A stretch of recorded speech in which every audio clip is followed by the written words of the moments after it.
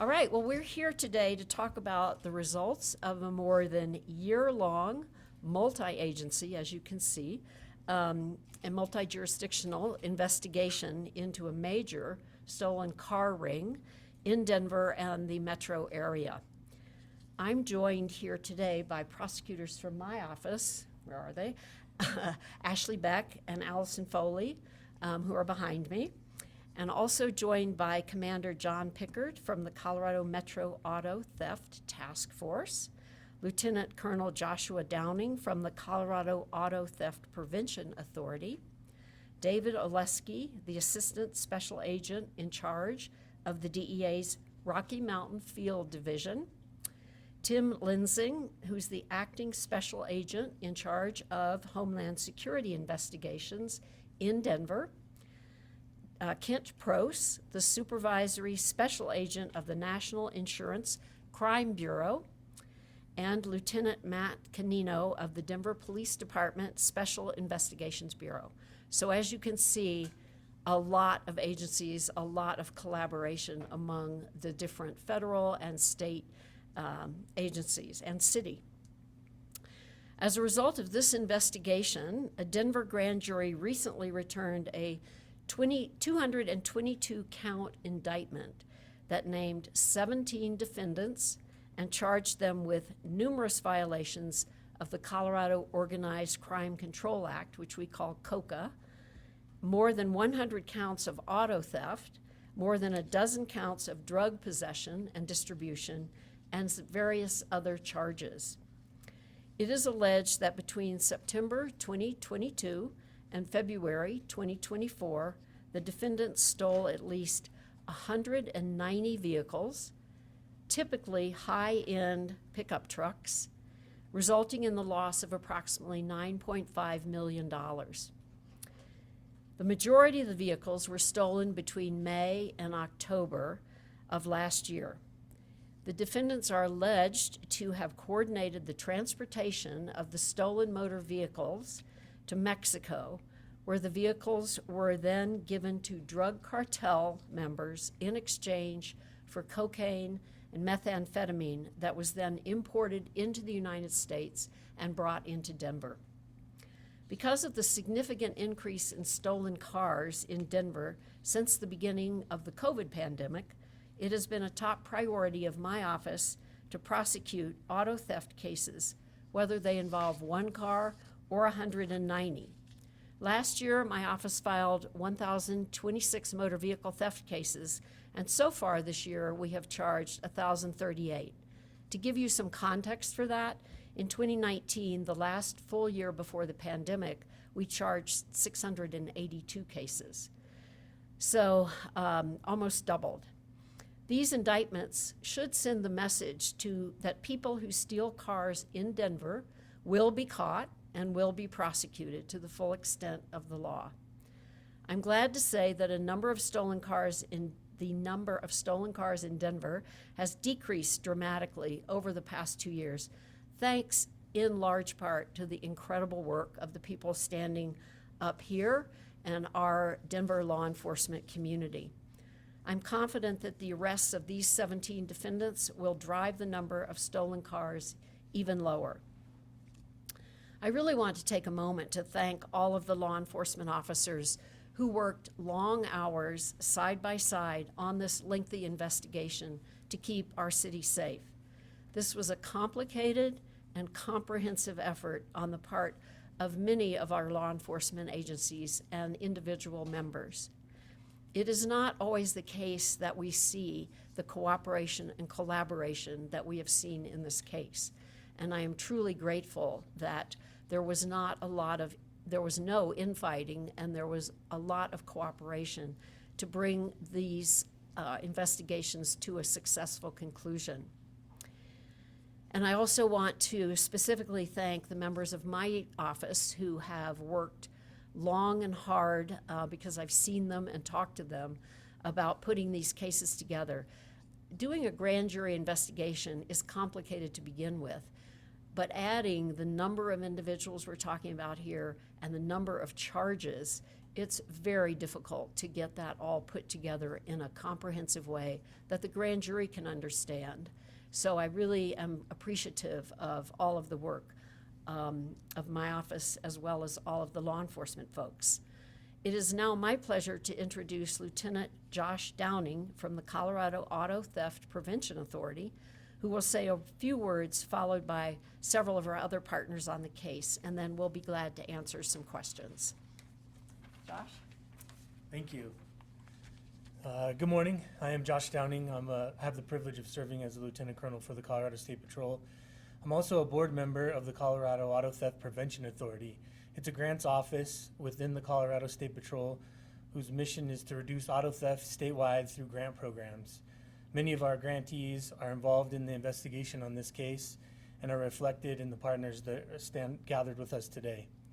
The strength of our partners in law enforcement and government is a key to the success you've heard about from District Attorney McCann this morning. The number of cars stolen by this group was no small task to investigate or prosecute. Because of the sheer volume of crimes committed by these individuals, the large geographical area, and the impact that these crimes have on public safety, it is absolutely what it takes is the collaboration to get all these agencies involved to get us to where we are today. Each of these stolen vehicles did not just affect the one owner or the singular location the vehicle was stolen from. This case demonstrates the negative impact each stolen vehicle has on the entire state and our citizens. Each of these stolen vehicles was a noted financial loss to their owner, but also had a negative impact on each of their way of lives. The victims lost their method of transportation to go to work, lost their ability to pick up or take their children to school, and lost the freedoms that come with transportation, that comes with having transportation. Further, these defendants intended to jeopardize the safety of Coloradans and the visitors to our state because of their intent to distribute and profit from the distribution of illegal drugs into our communities using these stolen vehicles. Investigating and prosecuting this complex crime group would not be possible without the willingness of each department to work together. Local law enforcement, federal law enforcement, district attorneys' offices, and government offices across the state continue to break down archaic barriers to better serve our communities through the mission of alignment and one unified goal of making Colorado a safer place. As we work better to protect Colorado, we ask our community members to take an extra step and learn about how to protect your car from all types of auto theft. So please visit lockdownyourcar.org. Has a lot of information about how to keep your car safe and things to do to prevent your car from being stolen. And also on your lockdownyourcar.com, the victims of auto theft we have resources there that they can apply for on that website to help them through when they are a victim of this crime. I just want to say thanks for the opportunity to speak today, and just great work and collaboration by all the members that brought this case today. So thank you. Thank you, Lieutenant Colonel. And now Kent Prost is going to speak. Good morning. My name is Kent Prost, and I'm a Supervisory Special Agent with the National Insurance Crime Bureau. NICB is a nonprofit that was founded over 100 years ago to assist law enforcement, consumers, and the insurance industry in combating auto theft. As Ms. McCann mentioned, with the COVID lockdowns and such, Colorado skyrocketed up to the #1 state in per capita thefts, and that included a lot of the thefts out in DIA. Those went up 72% from 2021 to 2023, and the cost to every single insured person in Colorado is significant. A lot of that, some of the cost of your insurance is based on where we are in terms of the per capita auto theft rate. I'm happy to say that since 2023, beginning in about August of 2023, the number of auto thefts in Colorado has dropped considerably. Just for example, I read this morning from NICB stats that Colorado, from third quarter 2024 to third quarter 2023 comparison, we're down over 30%. So and we've dropped from #1 in per capita theft. I'm very glad to hear that.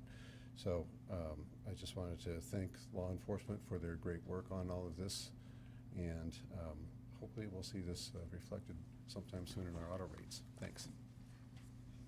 Thank you, Kent. And now we have David Oleski, who will speak to you from the DEA.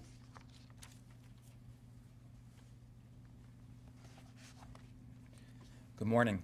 My name is David Oleski, and I'm an Assistant Special Agent in charge with the Drug Enforcement Administration here in Denver. I want to thank District Attorney McCann and your team for leading the prosecution against this organization.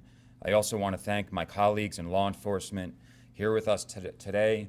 Notably, your personnel, who are agents at DEA, were honored to work alongside to achieve this investigative success. At DEA, we regularly highlight the public health threat to our communities brought by the Mexican cartels through the trafficking of fentanyl. This investigation highlights the other aspects of the cartels and the role they and their networks have on our communities with respect to public safety and violent crime. The evidence gathered throughout the course of this investigation revealed the sophistication, coordination, and operational capabilities of this group. It is something akin to what we might see in a Hollywood movie. This network targeted vehicles here in the Denver metro area, which were desired by Mexico-based drug trafficking organizations, which could best be modified to support ballistic armor, as well as be mounted with high-caliber munitions and firearms. The preferred vehicles to steal were larger pickup trucks like F-250s and Raptors and high-end SUVs.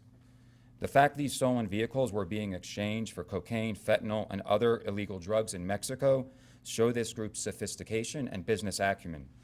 The Mexico-based drug cartels are a multi-billion-dollar enterprise. While the trafficking of illegal drugs may be their principal source of revenue, their lines of business include arms trafficking, human trafficking, and this investigation also affirmed stolen vehicles. I'm often asked with respect to fentanyl, why would the cartels want to sell a product which would kill their customer? And my answer has been, while they aren't trying to kill their customers, the business is so profitable they don't care if you die in the process. That is the same with respect to this stolen car operation.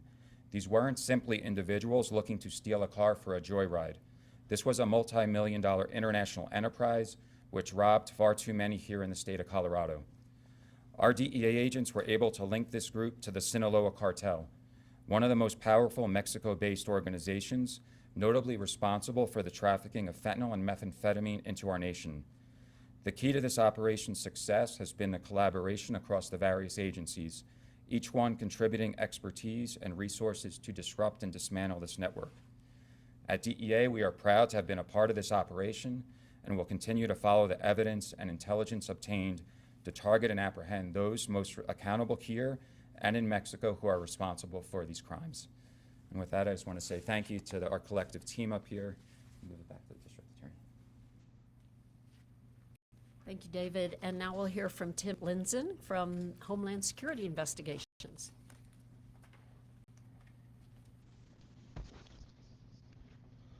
Good morning. My name is Tim Linson, and I am the Acting Special Agent in charge for Homeland Security Investigations here in Denver. Thank you all for being here today. I want to take a moment to recognize the incredible teamwork and dedication that made this operation a success. This was truly a collaborative effort between local, state, and federal partners, and I'm honored to stand here with my law enforcement colleagues as we announce these significant developments.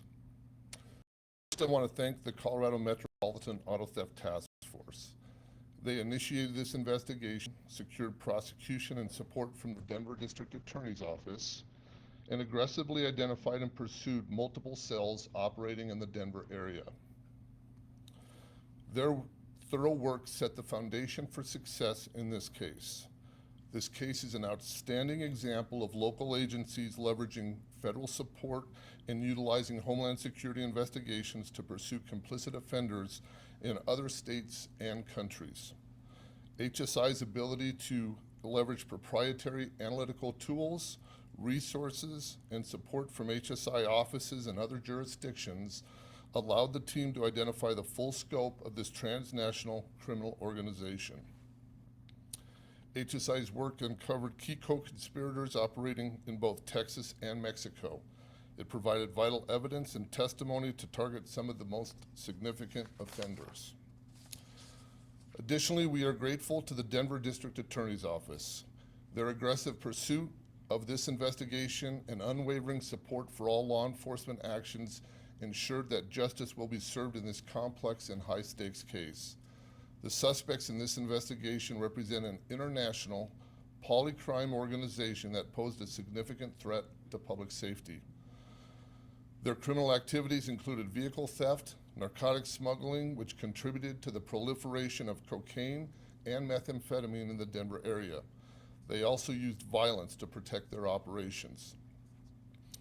These actions harm our communities and endanger innocent lives and law enforcement personnel.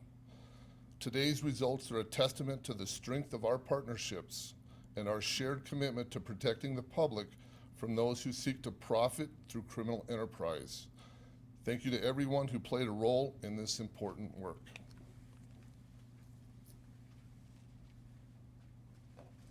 Thank you, Tim. And now we will be open to some questions. Got a lot of them, yes.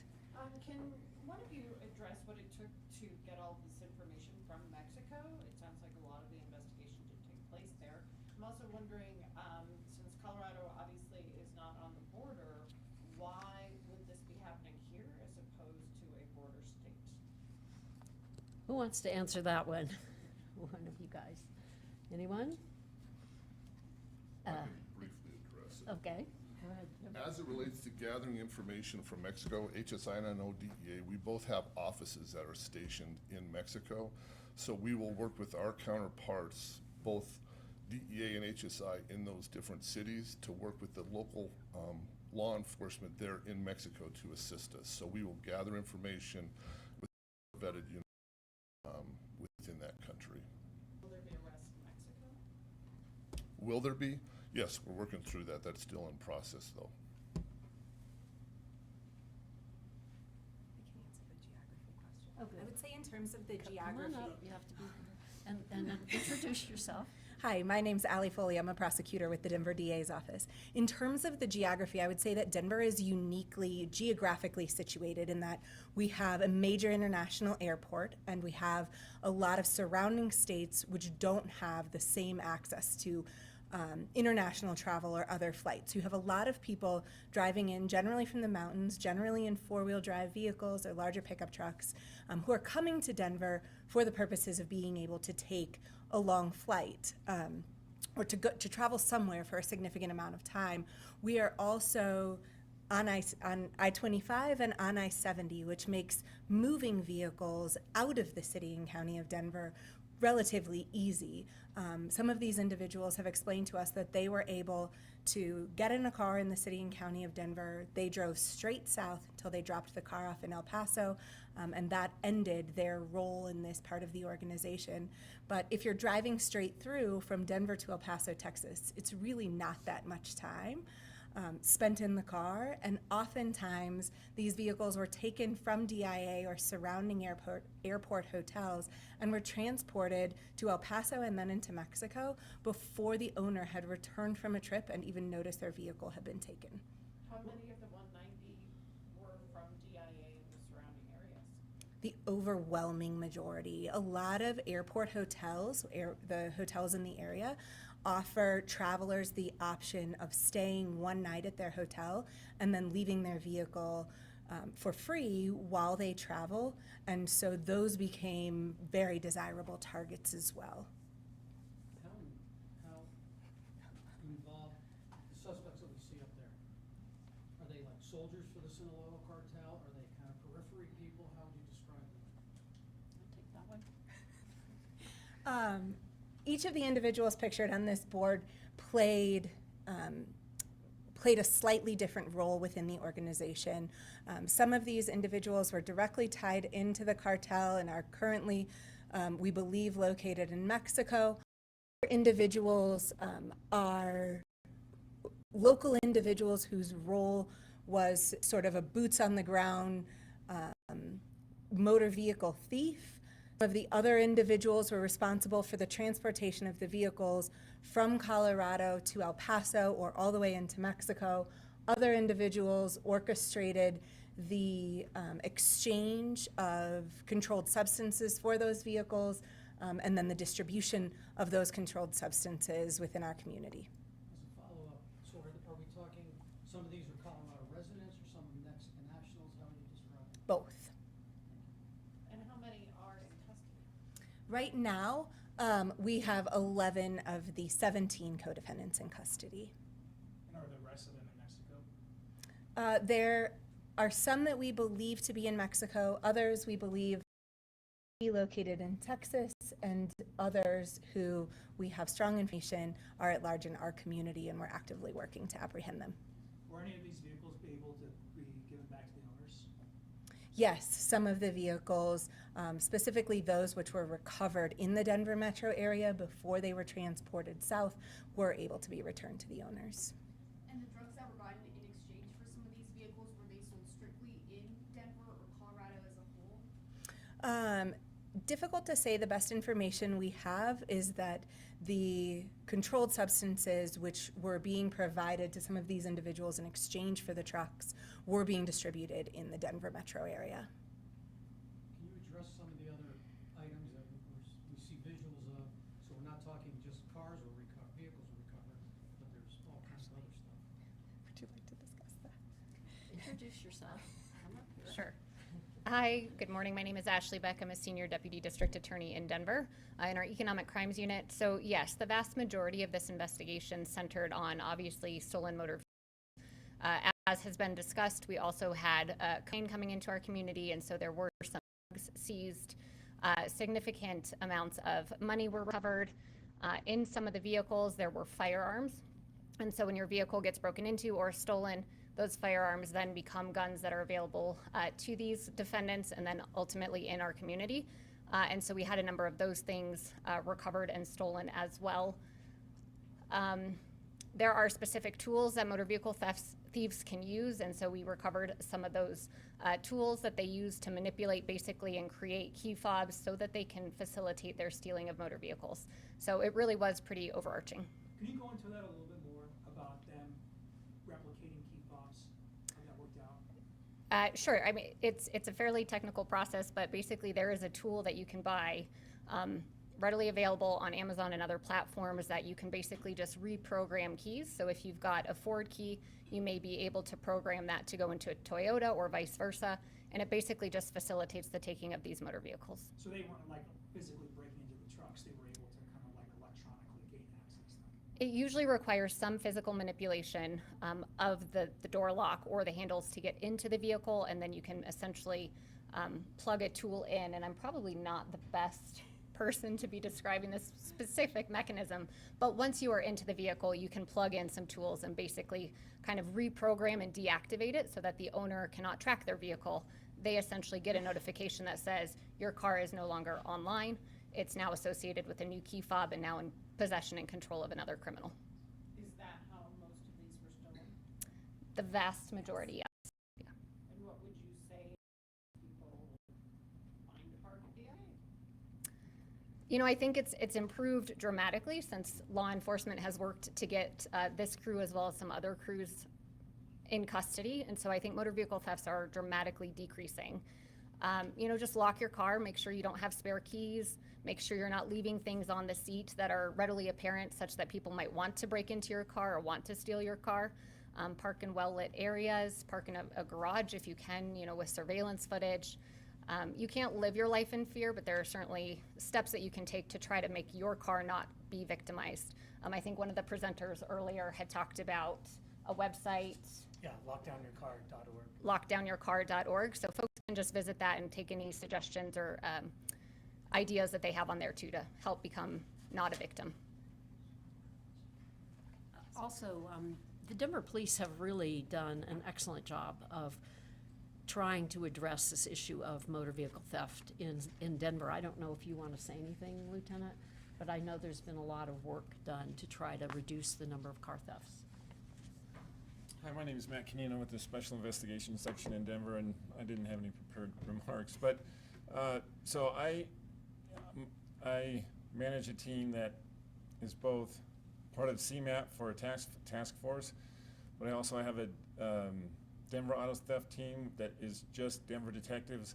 So it's not a task force, but they go out daily, they find stolen cars daily, and they return these cars to the owners pretty much on a daily basis. So I think their efforts and the efforts combined with CMAT, the enforcement, I think that these car thieves are starting to feel the heat. So I think that's what is reflected in the lower, I think we're up to 34% reduction. Thank you. Year over year? I'd also like to add, sorry. Yeah, go ahead. I'd also like to add, the airport, Denver Police Department, CAPA, the Colorado State Patrol, over the past 6-8 months to a year has really worked really hard to identify ways to reduce auto theft specifically out of DIA, and I will give kudos to the airport. They have significantly increased the number of surveillance cameras that they have. They've put up hard barriers around parking lots out there to make it more difficult to get the car out. So they've taken significant steps to combat auto theft out there in partnership, obviously, with Denver Police Department and all the other law enforcement agencies out there. So. Do those partnerships also include hotels and RTD? Absolutely. Yep. We've worked with the hotels in the area off of Tower Road, and so all of those areas. Yep. I'm John Pickard. I'm the commander of the CMAT, and in answer to the protection of the vehicles, some of the things we discovered in a couple of cases is individuals putting trackers in their vehicles. The standard ones can oftentimes were disabled, but if you took your own and you hid something in your vehicle, we had an individual who flew out to Florida and was able to call us because his little whatever that device is, I'm not a commercial, but they had their tag in the car, and we were able to track the vehicle down and recover it while he was in Florida. So something that would notify you of your car being moved that's not readily identifiable, that was very helpful. I know Denver has a Denver tracking program, so anything you have in terms of that with the technology we have in the world, and also some visual that can protect, make it look like the vehicle's been hardened, like there's the club. We actually had an incident where an individual took some multiple chains and wrapped it around his steering wheel within his cab of his vehicle, and it was not stolen. So there are some different methods. We even actually have a picture of a boa constrictor in one of the cars. So there are different ways, but there are ways to keep it safe, and impressively so, DIA is way down in terms of their thefts. Can you or the lieutenant expand on that? You said 34% reduction. What are the numbers? What are the stats? How far down are we from when to when? Well, I can tell you that, and I didn't look at them this week, but roughly we've been averaging in 2024 23% less vehicles stolen compared to 2023. And from 2023 to 2022, we're roughly 23-24% as well. So almost, that's the Denver metro area. And that's kind of my focus, is the metro area. So we're almost to 50% less stolen vehicles in the last 2 years that we were when we were at the peak of the #1 per capita. I can tell you that we're still in the top 10, and so there's still a lot of activity. So it shows you how far high we were in that terms of bringing it down. How much prison time are some of these defendants potentially facing? Can you talk about the legal consequences? I can't talk about the ones that just were, but I can tell you of the two that recently made the media. We had one in our last KUSA case that got 24 years, another one pled, and these were people who pled guilty, and 20 years was the other one, I believe. That pled guilty, they didn't even go to trial. Oops, sorry. Are all 17 defendants charged with KUSA? No, not all 17 defendants. KUSA requires at least 2 acts of racketeering activity, and not all of these individuals are charged with KUSA.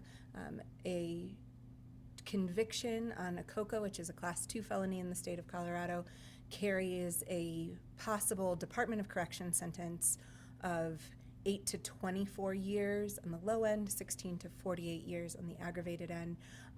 The controlled substances offenses, which several of these individuals are charged with, carry a mandatory Department of Correction sentence of between 12 and 32 years. Anybody up on that board, the ringleader? I think it is fair to say that the individual in the upper left-hand corner, identified as Joaquin Orozco Ponce, was the head of the organization. So the guy at the top left, correct? Yes. Adrian Patrol Gus? That was his moniker. That was his moniker. Can you talk a little bit about that? Like why he, like, was he given that nickname because he was like the ringleader? We don't know the origin of that nickname. We do know that several of the individuals who were working for him only know him as Adrian. And is this Sinaloa drug cartel person, or? That's what our investigation has revealed at this point. Is he in Mexico right now? Is he one of the ones that's? We believe he is in Mexico, and his bond on this case has been set in the amount of $10 million cash only. What's the likelihood that he will be arrested in Mexico? We're working with the Department of Justice to try and secure his apprehension and return. Question, particularly maybe for Tim here. How you see these cars go through the Mexico border? How and they're stolen, but how can they get across so easily? What's the process at the border to identify these cars and the people inside them? Well, I'll briefly overview that. The outbound, there is limited inspections depending on what port of entry that you're going through. And then on the Mexico side, they deal with it, so they won't have the same access to knowing whether the car is stolen or not. The ones that are in custody, I hate to use the word easy, but did they come under arrest without any conflict, or how did the arrest go? Several of the individuals were already in custody, facing other charges and being held on other cases. The other individuals were taken into custody without any incident.